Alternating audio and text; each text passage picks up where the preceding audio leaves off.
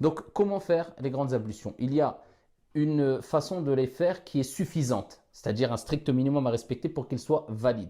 Et il y a une façon qui est complète. Je ne rentre pas dans les détails, je vous donne simplement la façon la plus complète afin d'accomplir ces grandes ablutions. Nous commençons par dire Bismillah. On se lave 3 fois les mains en faisant le takhlil bayn al-asabi', c'est-à-dire entre les doigts, la friction entre les doigts, cela est très important. Ensuite, on se débarrasse des impuretés qui peut avoir sur nous, sur les parties intimes, etc. Ensuite, on procède de la même manière qu'on procède quand on fait les petites ablutions. C'est-à-dire, on lave ici sa bouche à 3 fois en faisant ce qu'on appelle al-madmada, al-istinshaq, al-istinthar, etc.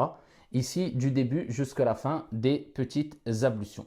Quand on a terminé les petites ablutions, et bien sûr, il est important d'abord de souligner qu'il faut avoir l'intention de sortir de l'état de souillure et d'adorer notre Seigneur Tabaraka wa Ta'ala ou d'adorer notre Seigneur Tabaraka wa Ta'ala à travers la prière du vendredi ou autre. Donc il faut avoir cette intention de faire les grandes ablutions, le grand bain rituel. Donc on termine les petites ablutions. Quand les petites ablutions sont terminées, eh bien ici on doit verser à 3 reprises de l'eau sur la tête. Si aujourd'hui on a des jets d'eau, cela suffit. On prend le jet d'eau et on le met au-dessus de la tête et on doit obligatoirement frictionner les cheveux afin que l'eau pénètre jusqu'à l'épiderme, la peau. Et ça c'est une condition impératif.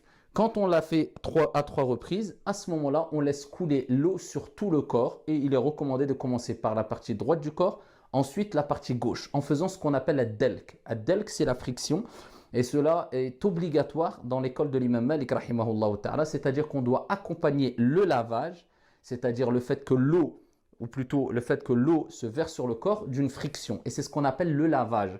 Autrement, cela s'appelle humidifier ou bien asperger d'eau. Mais le lavage, et c'est le terme qu'utilisaient les Arabes, c'était à partir du moment où l'eau était accompagnée d'une sorte de frottement, si on veut. Donc voilà pourquoi il est important d'accompagner ici l'eau qu'on verse sur le corps par une sorte de frottement ou friction sur toutes les parties du corps, sauf bien sûr sans toucher nos parties intimes.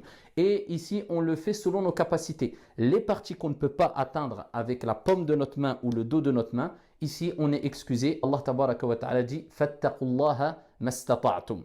La chose à savoir, c'est que dans les grandes ablutions, dans le madhab de l'imam Malik, arrivé au pied, on doit obligatoirement laver entre les doigts de pied aussi, en faisant aussi la friction ici sans trop insister, mais faire de suffisamment afin qu'on s'assure que l'eau a bien touché toutes les parties du corps et qu'on accompagne le versement de l'eau avec cette friction-là.